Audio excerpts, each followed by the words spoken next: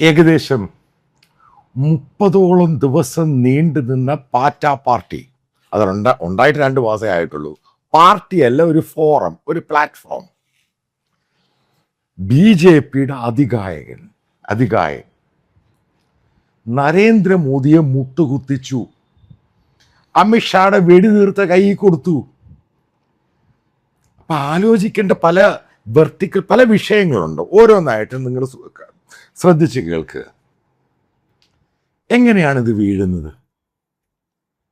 ആദ്യം മനസ്സിലാക്കൂ, ജനാധിപത്യ ഇന്ത്യ എന്ന് പറയുന്നത് നിങ്ങൾ ഈ പാർലമെന്റിലെ സീറ്റുകളും അവരുടെ പാർട്ടിയുടെയും ഹിന്ദുത്വയും മണ്ണാങ്കട്ടയും ഒക്കെ ഉണ്ട്. അത് പൂർണ്ണമായിട്ടും അംഗീകരിക്കുന്നു. പക്ഷെ അതുപയോഗിച്ച് ബുൾഡോസ് ചെയ്യാൻ ശ്രമിക്കരുത്. ഇതാണ് ആദ്യത്തെ പാഠം.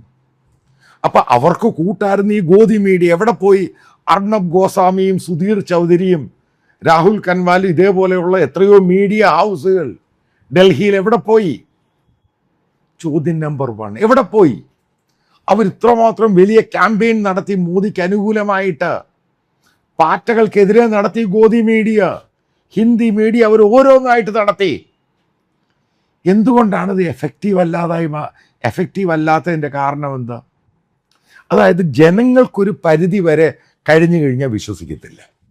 കാരണം അവരുടെ മുമ്പിൽ പലത് സത്യമായിട്ട് വരും. അതിന് ഏറ്റവും വലിയ തെളിവാണ് ഓപ്പറേഷൻ സിന്ദൂർ. ഈ ഗോദി മീഡിയ പറഞ്ഞത് ഇന്ത്യയിലുള്ള വലിയൊരു പക്ഷവും വിശ്വസിച്ചിട്ടില്ല. പക്ഷേ ഇന്ത്യയുടെ ശത്രുവാണ് പാകിസ്ഥാൻ. എന്താണ് ഉണ്ടായെന്ന് എല്ലാവർക്കും അറിയാം. മോദിയുടെ ബ്ലണ്ടറാണ് ഉണ്ടായെന്ന് എല്ലാവർക്കും അറിയാം. ഈ സംഭവം നിങ്ങൾ ഉദ്ദേശിക്കരുത് ഇന്ത്യയിലുള്ളവര് ഈ ഗോദി മീഡിയ കണ്ട് വിശ്വസിക്കുന്നവരാണ്. ആ ഒരു ധാരണ മാറ്റിയേക്കുക.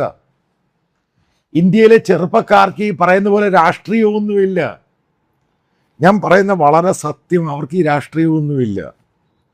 അവർക്ക് അവരുടെ ഫ്യൂച്ചർ, അവരുടെ എഡ്യൂക്കേഷൻ, അവരുടെ ലൈഫ് എങ്ങനെയായിരിക്കും, ഇത് മാത്രമേ ഉള്ളൂ. ഇന്ത്യയുടെ ഞാൻ ഈ പറയുന്ന ഏജ് ഉണ്ട്, 18 മുതൽ 35-40 വരെയുള്ള, അവർക്കും കൺസേൺഡ് ആണ് ഇഷ്യൂ. മോദി പറയുന്നത് മുഴുവനും കള്ളമാണ്. Take it from me. അയാൾ ഈ പറയുന്ന ഓരോന്ന് എടുക്കുക. മുഴുവൻ എഴുതി വായിക്കുന്ന നരേറ്റീവ്സും കള്ളങ്ങളും മാത്രമാണ്. ഇന്ത്യ എന്ന് പറഞ്ഞ രാജ്യം അൺട്രസ്റ്റിലോട്ട് പോവുകയാണ്. യാഥാർത്ഥ്യമാണിത്. അതാണ് ഈ പറയുന്ന സമരം പെട്ടെന്ന് കഴിഞ്ഞപ്പോൾ ഇന്ത്യയുടെ സിറ്റികളിലോട്ട് ഇതങ്ങ് പകർന്നു. ഇന്ത്യയുടെ മീഡിയ ഇത് റിപ്പോർട്ട് ചെയ്തില്ല. സോഷ്യൽ മീഡിയയിൽ കൂടാണ് ഇതുണ്ടായിരുന്നത്. അതിനേക്കാൾ ഉപരിയായിട്ട് മറ്റൊരു കാര്യമാണ് പ്രധാനപ്പെട്ട point. Government Meta, Instagram, Facebook, ഈ പറയുന്ന ട്വിറ്ററുമായിട്ട് അപ്രോച്ച് ചെയ്തു. ഉണ്ടായ സംഭവം അതിനകത്തു നിന്നുള്ള ഒരാൾ തന്നെ പറഞ്ഞത്, പേരൊന്നും പറയുന്നില്ല. ഗുഡ്ഗാവിലെ ഓഫീസിൽ എൻ്റെ ഒരു സുഹൃത്ത് തന്നെ സോഷ്യൽ മീഡിയ ഒക്കെ ഹാൻഡിൽ ചെയ്യുന്ന അതിൻ്റെ ഒരു മോണിറ്ററി വിങ് ഉണ്ട്. അപ്പം ഗവൺമെൻറ് പറഞ്ഞ് ഈ സംഭവം ഇവർ ചെയ്യുന്ന ഈ പോസ്റ്റിങ്ങും പരിപാടികളും വിവിധ സ്റ്റേറ്റുകളിൽ നിന്ന് വരുന്ന ഈ റിപ്പോർട്ടുകൾ എടുത്ത് മാറ്റണം. ഇൻസ്റ്റാഗ്രാം അത് റെഫ്യൂസ് ചെയ്തു. അവർ പറഞ്ഞു പറ്റത്തില്ല, യങ്സ്റ്റേഴ്സാണ് അവരുടെ മാർക്കറ്റ്.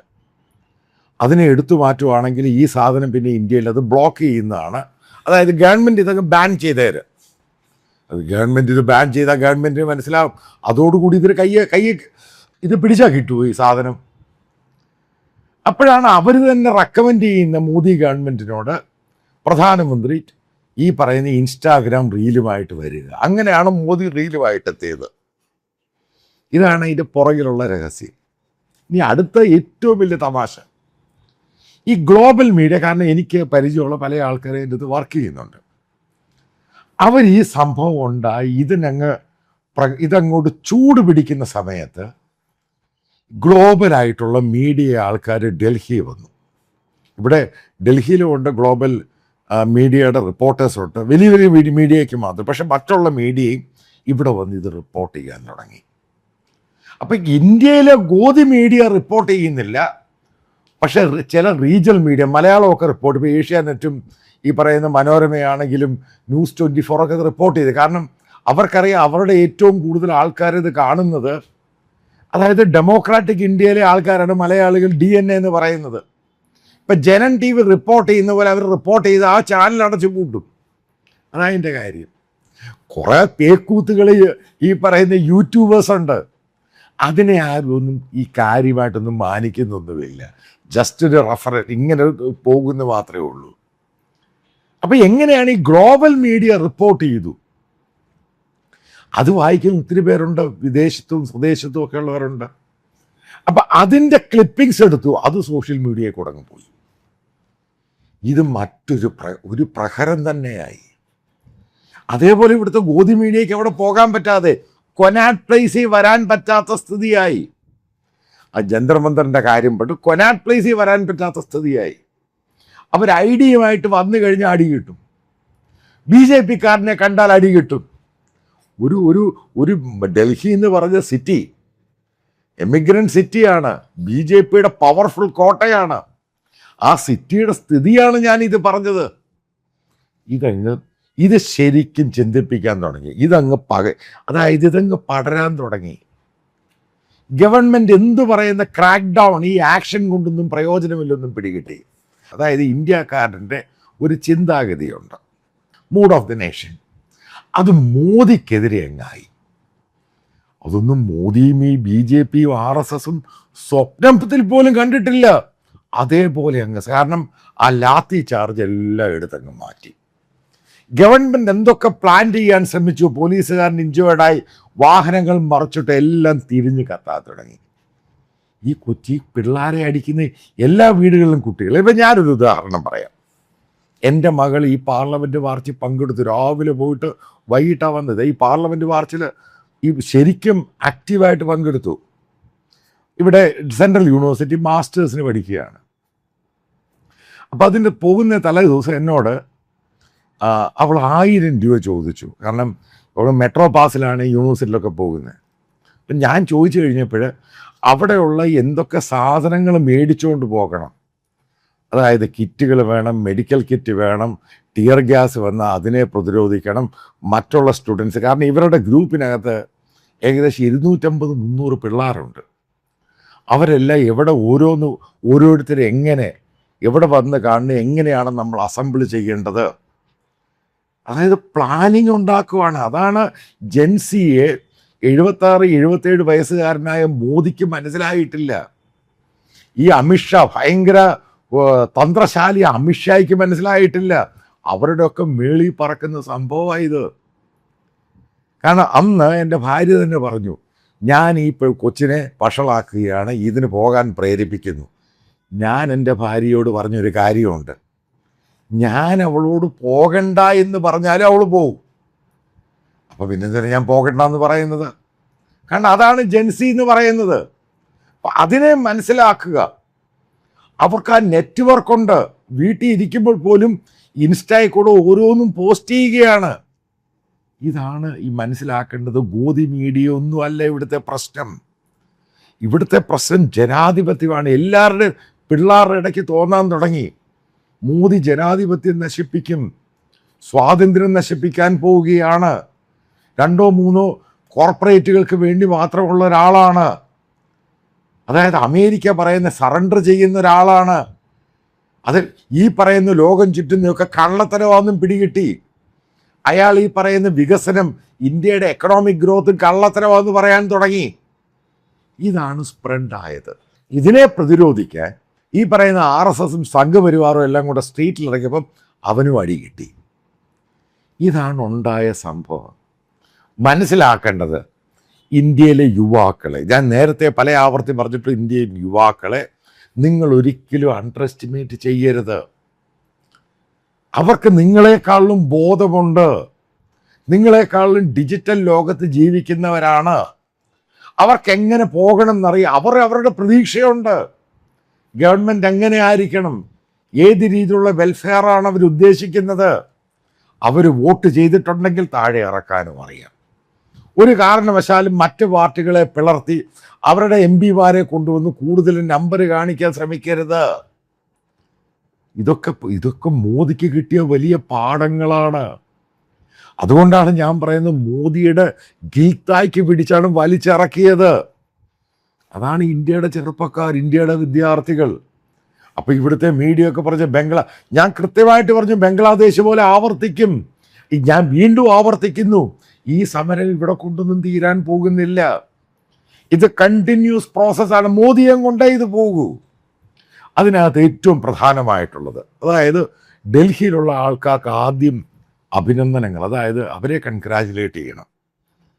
എല്ലാ ആൾക്കാരും ഇവരെ സപ്പോർട്ട് ചെയ്തു. ലാത്തി ചാർജ് കഴിയുമ്പോഴേ ജനങ്ങൾ ഒന്നടങ്കം മുമ്പിലോട്ട് വന്നു. എന്നിട്ട് എന്തൊക്കെയാണ് ഈ പോലീസ് ചെയ്യാൻ ശ്രമിച്ചത്? ഒരു കാര്യം ആലോചിച്ചോണം, മലയാളികൾ, ഗൾഫിലുള്ളവർ, കേരളത്തിലുള്ളവർ അതിഭയങ്കരമായിട്ട് ജന്തർ മന്ദർ പ്രൊട്ടസ്റ്റിനെ പിന്തുണച്ചു. ഏറ്റവും കൂടുതൽ ഡോമിനോസിലും പിസ ഹറ്റിലും അവിടെയൊക്കെ ഏറ്റവും കൂടുതൽ ഓർഡർ വന്നേക്കുന്നത് ഗൾഫിൽ നിന്നും മിഡിൽ ഈസ്റ്റിൽ നിന്നുമാണോ? ഉറപ്പായിട്ടും മലയാളികളാണ്. അതായത് ആവശ്യത്തിന്.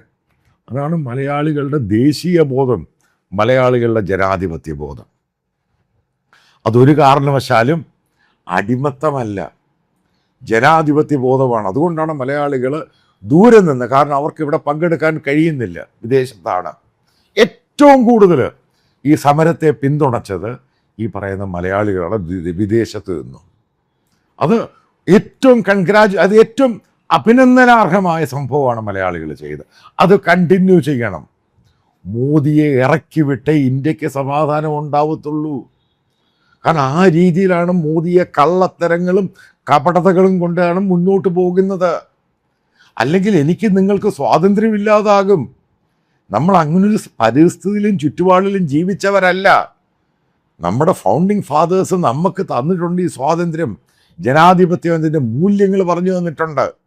അതിനെ നശിപ്പിക്കാൻ ശ്രമിക്കുകയാണ് ഹിന്ദുത്വവാദവും വരട്ടുവാദവും അമ്പലവും കള്ളത്തരവും മാത്രം പറഞ്ഞ്. ഇതിൽ ഹിന്ദുക്കൾക്ക് എന്ത് നേട്ടമാണ് ഉണ്ടായത്?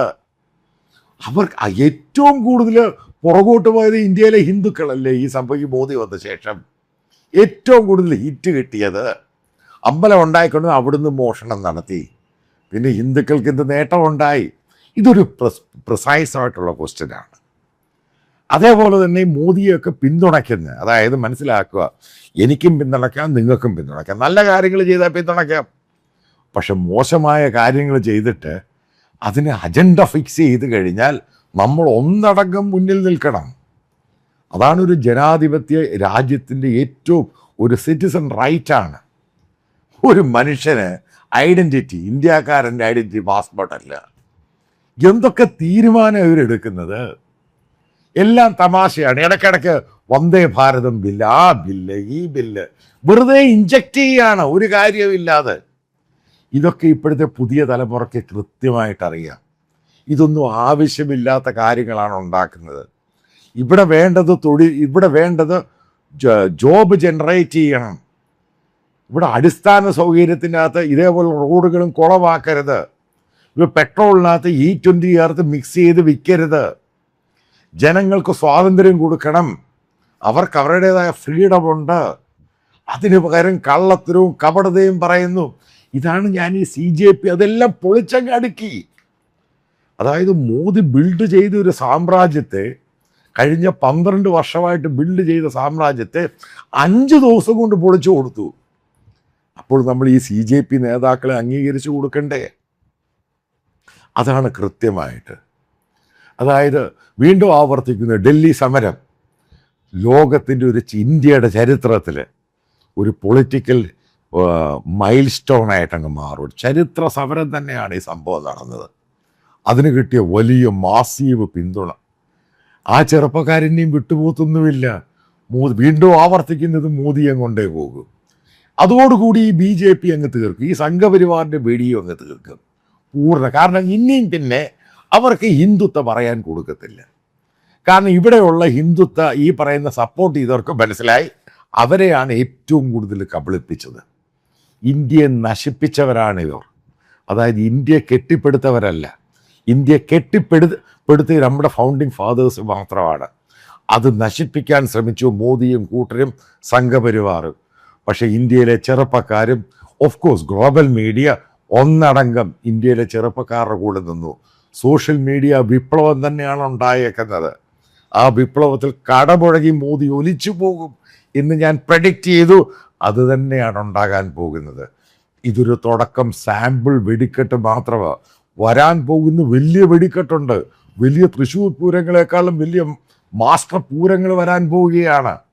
അവരെ പിന്തുണയ്ക്കുന്ന മീഡിയയും എന്നെ അതേപോലെ തെറി വിളിക്കുന്ന പല സംഘപരിവാർ അവനെ പോലും ഈ പറയുന്ന തെരുവിലിട്ട് തല്ലാൻ പോകുന്നൊരു ദിവസം ഉണ്ടാവുകയാണ്. യഥാർത്ഥ ഇന്ത്യ, അതായത് ജനാധിപത്യ ഇന്ത്യയിലെ യഥാർത്ഥ ഇന്ത്യ ഉടലെടുക്കാൻ പോകുന്നു വീണ്ടും. അതാണ് ഈ സമരം. അതായത് നമ്മൾ കംപ്ലീറ്റ് ഔട്ട്പുട്ടും എല്ലാം എടുക്കുകയാണെങ്കിൽ അതാണ് കൃത്യമായ സന്ദേശം എന്ന് പറയുന്നത്.